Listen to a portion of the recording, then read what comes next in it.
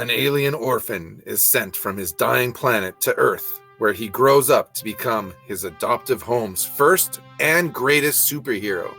Starring the late, great Christopher Reeves, Margot Kidder, Gene Hackman, and Marlon Brando, from a script by Mario Puzo of Godfather fame. Richard Donner directs 1978's Superman. Let's talk about it now on Inside Movies. Hey guys, welcome to Inside Movies with George Michail and friends. Today I am joined by Spencer Estabrooks, comic book maker and independent filmmaker extraordinaire. Greg CHOMICHUK, artist, illustrator, writer, all-around good dude, and Andrew Buckley, novelist, as here too. So today we're talking about Superman.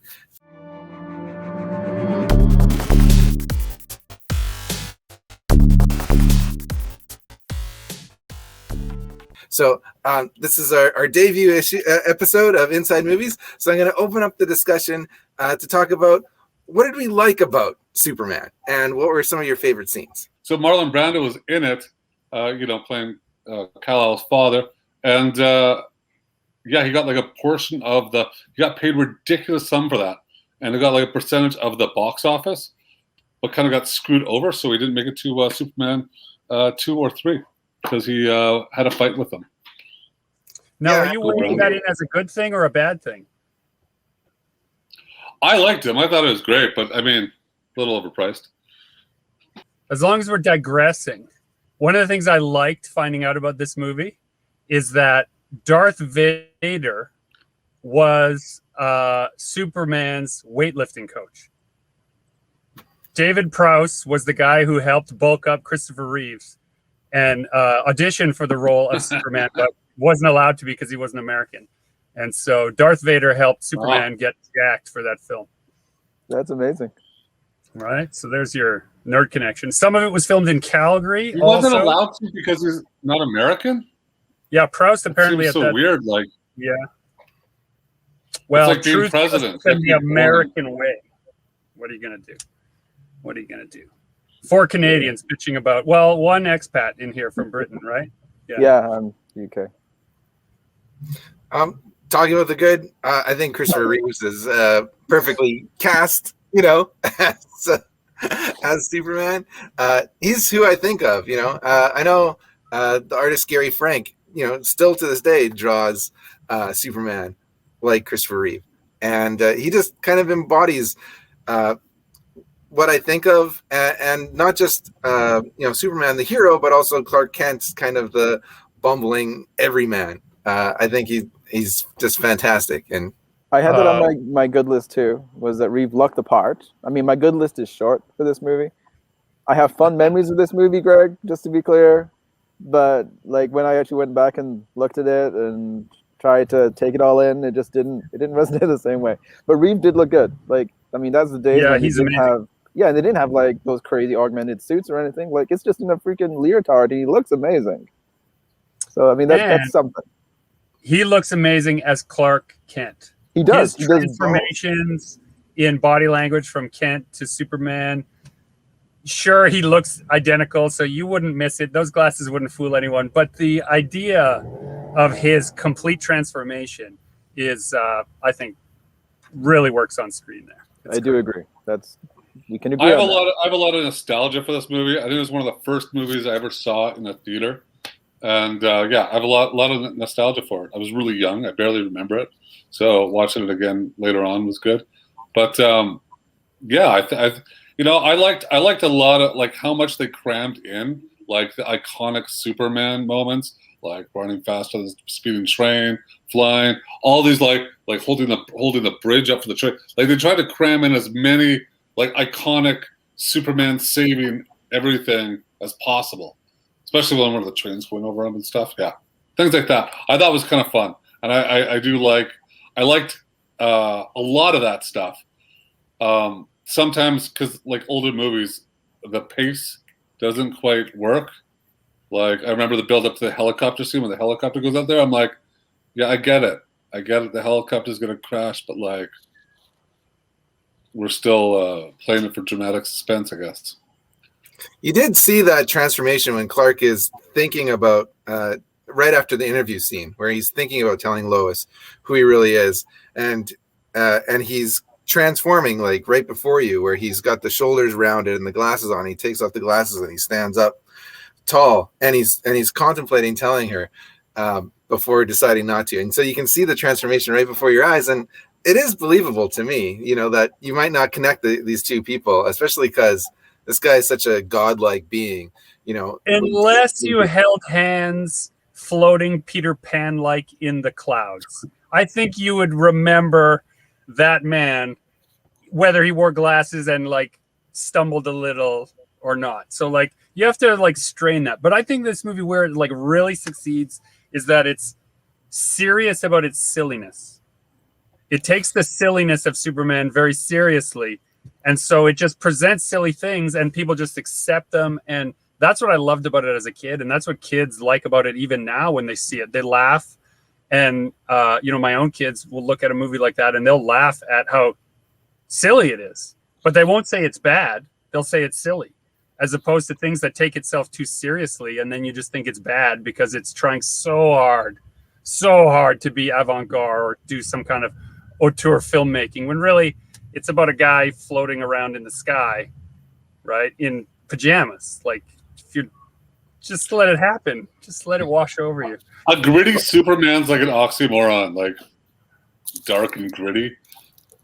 It just doesn't work. I love just going back to the Lois Lane thing, how he always tells the truth. Like, but even when he's like signs from Superman, he's like a friend. Like he never lies to Lois Lane. He always lets her make assumptions. You could make an argument that Superman's greatest power is his ability to gaslight Lois Lane. I give that. But he never directly lies to her. It's not listed in his superpowers. Like if you look at the DC Who's Who, it doesn't say gaslighting as a superpower. Like it has super breath and super speed and super strength. It doesn't have super gaslighting, but I think that should be added to canon because she believes him, even though there is no evidence that she should. It's like one of those powers that they never really mention, but is there like in the second or third one where he like pulls like a cellophane thing off of his chest and throws it at one of the bad guys and it wraps him up. Yeah, that was never anywhere. Where the hell did that thing come from? Yeah, but like it actually connects to the gaslighting is that he has that amnesia kiss, like he has the roofie kiss. The amnesia kiss. I forgot about that. So yeah, but I think that's later films where they start exploring that other side of him. Yeah, because then he went silly. I mean, it's ridiculous after that point. Yeah. From that list of good, I've got it's roofie lip chap. He puts roofie in his lip chap that he's invulnerable to. One kiss and she forgets everything. It was ahead of its time. I do have the special effects in there as good because they're great. They're the edge, and some of them still hold up. Some scenes it's like, oh, that's very obviously a green screen, and you can even see the green. I made a note here, and I even highlighted it in yellow when we're talking about the practical effects. When Superman and Lois drift over the clouds for a moment, the city's beneath them, and you actually see their shadow on the clouds. That little bit of attention to detail. Right? It's not like this moment where you just blast by and like, okay, they're flying and it like swirls. It's a Peter Pan moment for sure. But the practical element of their actual bodies casting real shadows on real fog superimposed on that is perfect. Like how else would you have done that at that time? Like it's and just to say one other thing, it probably wasn't a green screen. It was probably a blue screen just because the green screens for video, blue screens for film. So the fact he's got a blue suit on a blue screen, whoa, that's that's some, you gotta get your stuff together for that kind of effect work. For me, my favorite part of the movie, without a doubt, is like about the 15 minutes where Superman finally shows up. He rescues Lois, and then there's that just kind of sequence of events. He stops like a jewel thief, and there he's like walking up the side of the building, and he's standing over top of him. I think it looked great. And then he's got to like go and get the cat out of the tree, and there's these bank robbers, and they're driving around, and they get away on a boat, and then he just like straight up like picks up the whole boat and like leaves it in front of the in front of the police station, just kind of like an asshole, just like here's a boat in the middle of the road. But that section of just like seeing Superman be Superman was like so much fun for me. That for me was the best part. Well, by that point, you'd waited an hour and 5 minutes for him to actually do anything. So, I mean, it was kind of refreshing. I mean, why so soon, Superman? Why not wait till 2 hours before you start busting shit out? But no, he finally got to it. It was pretty great. That was good. And then I also did like the interview with Lois just shortly after that part, where I don't know why she like shows up in like a blue nightgown to like interview him. It seems, like that's all listed in my bad section. That's we know why she did it. Like, come on. Right. Of course she's good at What color is my underwear, Superman? Seductive. I mean, geez. We've all been hit with that line. That's ridiculous. it.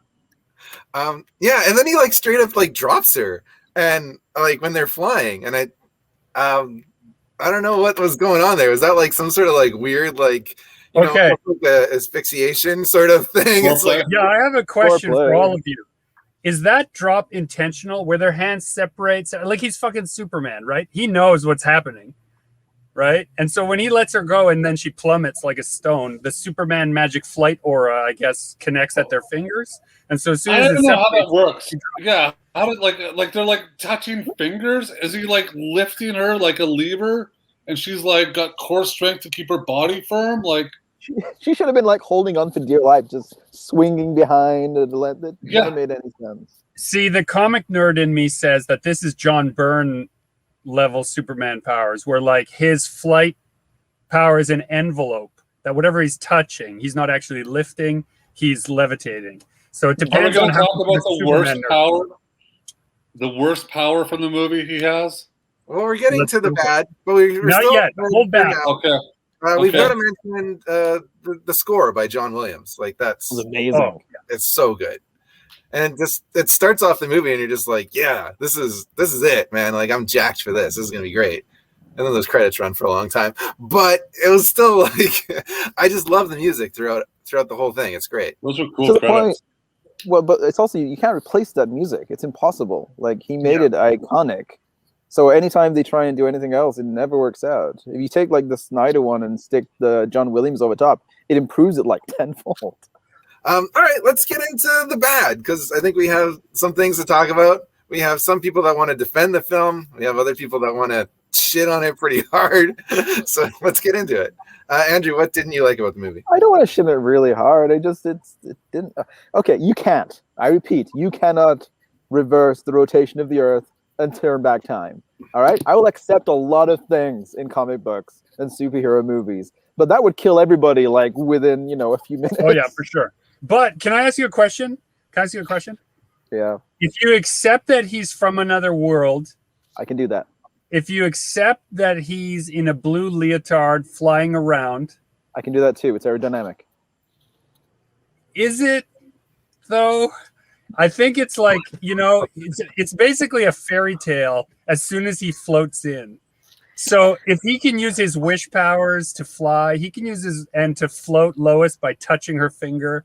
I think he can magic up. It's not Superman physics lesson. It's Superman the fantasy movie. But it's grounded in reality to a point still. You still can't change the fact that you can't spin the Earth the other way. Well, until the point he spins around the Earth. You can spin the Earth the other way, but it doesn't make time go backwards. Like, it just seems really weird to me that the writer would go this way, because you've got this character that's so cool that can do so many things. Why do that with it? Just doesn't make sense. I'm only defending it out of a incredulous level. I actually hate that part so much. Even as a kid, I can remember saying like, "Wait, yeah, you're like, what? Wait, right? That's not how that works." And the whole movie, just to bring it back to like what the movie is, right? Like Superman comes to Earth and saves people, but I mean, what his like hero journey or story arc ends up becoming is like. His dad's like, don't mess with history. And he's like, I'm going to mess with history for Lois Lane. And he does, and it works. And I'm like... He should just We keep learned a lot. around and like prevent the Holocaust. Disobey our parents? Is that Go the back message? and save Jesus. Disobey your parents? And what is the overall message and story like encompassing? Because the movie ends right after that. Like that's like the punchline. His dad appears. His head appears in the clouds. Don't go back in time. And he's like, "No, I'm in love with Lois." And how did he figure that out? Like, where did his knowledge base come from? This magical act that he does. It's inherent. It's like the way a trout knows to swim back upstream to its spawning grounds. Superman inherently knows to go backwards around the rotation of a planet to magically create a spherical, I guess more of a halo around the planet, and then make wishes come true. So and his dad's head in the clouds. Like, I don't mind the head in the clouds. I thought I like that. It's like Mufasa. It's good. Mufasa. One thing I didn't understand was like, how did Lex Luthor put together? A, why does he not like Superman? And like B, how does he figure out the whole kryptonite thing? He's like, this guy found a rock in Africa. We're just gonna go, and they kill some people. They don't show any of that. He read a bubblegum wrapper and unlocked the mysteries of the universe. If we use, okay, let's be serious about it. Let's be nerds for a minute. Right? Let's be nerds. If we okay, let's be deeper nerds some more. There's precedent in his interview with Lois Lane that he is constantly telling people his weaknesses. Because he's like, oh yeah, I can see through everything. Oh, but not lead. Right? Like he just drops that significant weakness for the newspaper right away. So he's probably been pretty loose-lipped about his kryptonite weakness for the rest of his life. So I'm sure that word is out. Someone's probably like, oh, I bet nothing can kill you. And he's like, you're right. Nothing can kill me except this rock from my home planet. And wouldn't that suck if you grew up on your home planet and the rock kills you? Like, it's radiated rock from his home planet. So wait, are you using science again in a Superman movie? No, this was legit. it was supposed to be a radiation, like a radiated version of rock from his home planet. Wasn't that what kryptonite is? Because it wasn't green. It is what it is. Yeah, it is what it is. Yeah, it is what it is. You're right. It is what it is. I had something else that I really didn't like about this movie, and I made a note of it. Oh my god. Okay, something that I loved and hated equally. So my love of comics meant that when they were again doing that Peter Pan bullshit, and Lois Lane is like, I don't know, she's like writing a poem in her head about Superman, and it's a voiceover about like, can you read my mind? Do you know how amazing you are? And it rhymes. That part was terrible, but it was also amazing because it was exactly like comics, right? It was exactly like the way characters have exposition, right? The thought bubble is literally them floating in the sky, and we float around in her thought bubble while they Peter Pan it. So like, I love hated the poetry stuff too. I was like, oh my god, it's so terrible. But maybe it's a score underneath it. Like as long as you've got good score, you could do your 8th grade poetry and call it a feature film. Oh, guys. I was feeling the poetry. I don't know. I didn't have it as a bad part for me. What was the first line of the poem? It starts with, "Can you read my mind?" That's the part that really stood out to me. Right? Oh my god, because it's so 8th grade. Yeah, it's soliloquizing, right? Can you read my mind? Oh being, oh God from beyond. Do you know how amazing and powerful you are? I float here among the rhymed. Yeah, like my stomach would groan. I'm just like, oh God. Yeah. It's so beautiful. I did hate it, but Greg's making me love it. I don't know what's happening right now. Right. Because people love having poetry said to them. See, because I'm saying it to you, That's like what it is. Yeah. Right? I'm feeling it so much more now. You're feeling the emotion of it, the gravitas. Except mine's not rhyming. If I could make it rhyme some of the time, I believe you'd feel You might be better off as a mime. Mime. I've gone all the way around. I'm hating it again. So we did good there. But you know what? If I turn my camera really fast backwards, I'll go back in time. So let me just quickly do that, and then we can do the poem again, and you'll like it. Great. Can't wait. Do it one more time. Are you ready? Yeah, make it rhyme this time. Oh my god.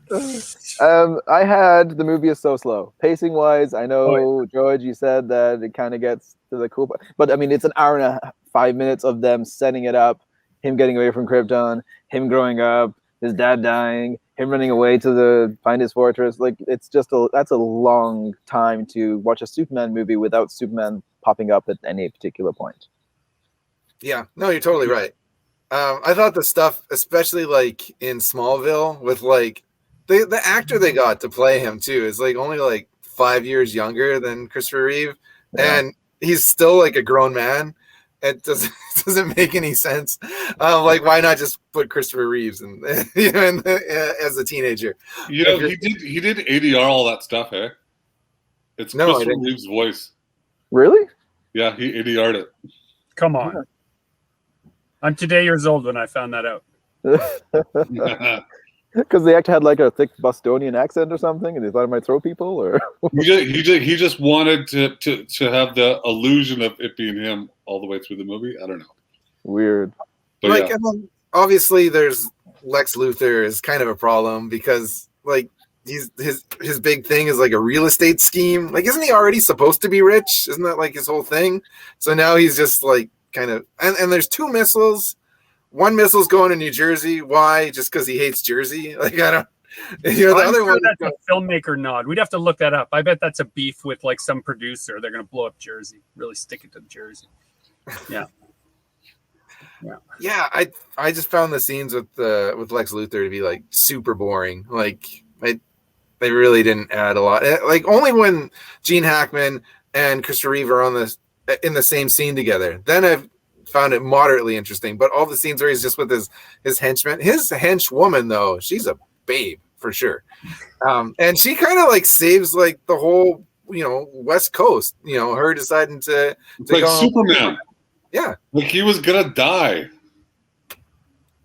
That would be a short move. Well, maybe that'd be a regular length movie if he died there. A regular length movie. Yeah, that's right. Perfect. Credits, and that was it. Yeah. That should have been Lois Lane saving him, really, shouldn't it? Then like this hench lady. Things that are bad. Lois Lane's spelling is bad, but I think that is good. I think that's a wonderful character detail. Her, like Lois Lane being bad at spelling, but being great at being a reporter, right? And then her getting knocked off of the beat because Clark Kent is a faster typist, right? Like this whole. Or is it because he's a guy? Yeah, it's so sexist. It's so sexist, but that's also the play, right? Normally, the woman would have more time in the steno pool at that time, so she'd be the better typist. But Lois Lane is too busy doing real reporting. This movie, okay, I'll say this about this movie for sure. It made me miss a time when there were real reporters in the world. I know these were made-up reporters, but it made me pine for the idea that a reporter could be an adventurer seeking a real story and revealing it to the world would actually do some good. That feels like a fairy tale these days. I did list that on my bad list that I can buy pretty much all the acting in this. Is even for the cheesy parts with Luthor, although he got reduced to like a comic-y kind of villain, and him interacting with his dumbass henchmen, I can kind of buy into all that. But Margot Kidder seems less hard-nosed journalist and more like a crazy person looking for her cigarettes most of the time. I think that's what a hard-nosed journalist is. Except for cigarettes, it's a story. It's probably true, but I've always had such a hard time with her in those movies. She just never did it for me. Yeah, like you're going to have a hard-hitting news report journalism moment with the alien from another planet, and so you put on a nightgown to make sure. And pink underwear. Yeah, and pink underwear. And pink underwear. Right. Pink underwear with the almost see-through blue dress. I mean, that seems crazy anyways. Like, where'd she learn to dress? Come on. But that's, again, that speaks of that time that those movies were made, right? Like, man, that's a whole other podcast, and I'll be too serious. So Although we'll just avoid it. I want to jump back to the beginning, the long beginning, because I did kind of I liked some of the Smallville stuff, but like on Krypton with the whole General Zod thing, that took a while. Like that was a big chunk of show, and there wasn't until the second movie. Like how many movies, considering how bad the later ones got, you'd think they were like pre-planning a trilogy at this point, like when they came with this movie, because they had those 3 actors, General Zod, throw him into space, knowing that they're going to bring him back in the sequel. Like, were they thinking trilogy like Star Wars, or were they thinking like what happened to the third and fourth one? I don't know. Yeah, that's worth an actual like deep dive into the facts, because it does seem strange they'd risk that much money on 2 movies, like planning for 2 movies. Yeah, it's like Warner Brothers has like a difficulty with superhero movies or something that they continue to prove over and over and over again that they can't seem to get out of their own way. I mean, it started back in there, 1978, first time it happened. Which one was Richard Pryor in? 3. 3. 3. I like Margot Robbie or Margot Kidder. I like Margot Robbie too. She's solid. I thought she was great. I liked her. I thought she had like a lot of energy and was really kind of feisty and really held her own next to Christopher Reeve. So I liked her. I liked her a lot more than Gene Hackman. And it's crazy because like Gene Hackman can be like so intimidating, and he just really wasn't. He played it all for laughs. I felt, he played it like a comic book villain. Gene Hackman, he can be powerful on screen if he wants to. Yeah, absolutely. I like Gene Hackman. I enjoyed him. There's numerous haircuts that he would all go through, the wigs. But, are we ready to give our scores? So this part of the video is called the skinny. So we have the good, the bad, and the skinny. The skinny. All right. I want to hear Andrew go first. Why? I changed it to give you an idea of my process here. It started at an A-, and then the more I thought about it, the more notes I made, the further back it went. So I ended on a C+. Oh, C+.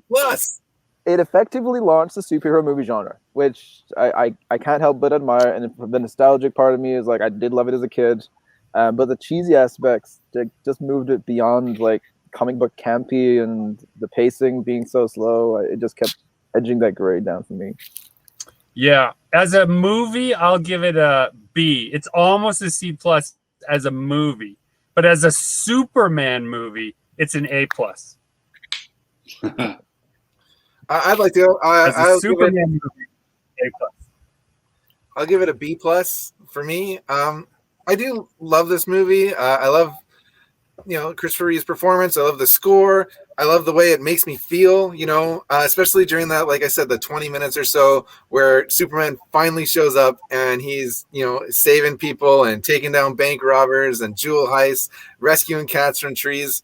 That part of the movie is, great, and I would like more of that. What lost it, why it goes from like an A down to a B+ for me, is the pacing, the villain, and the turning back time. Come on, like I can't give an A to turning back time by flying around the planet. If you could turn, no. All right, A-. I'm going all the way, guys.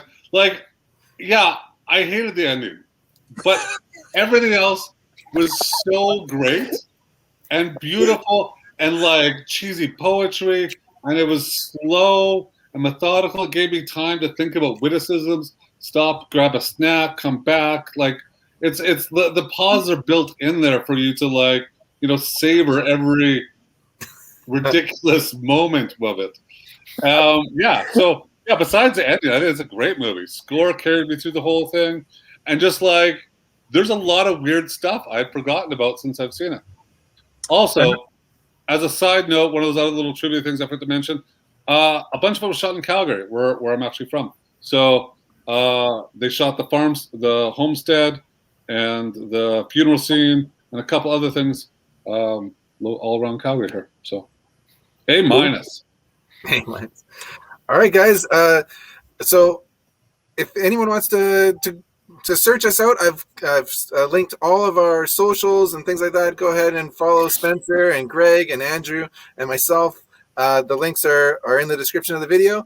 And come back next time for another episode of Inside Comics. of Inside Movies. Peace, guys.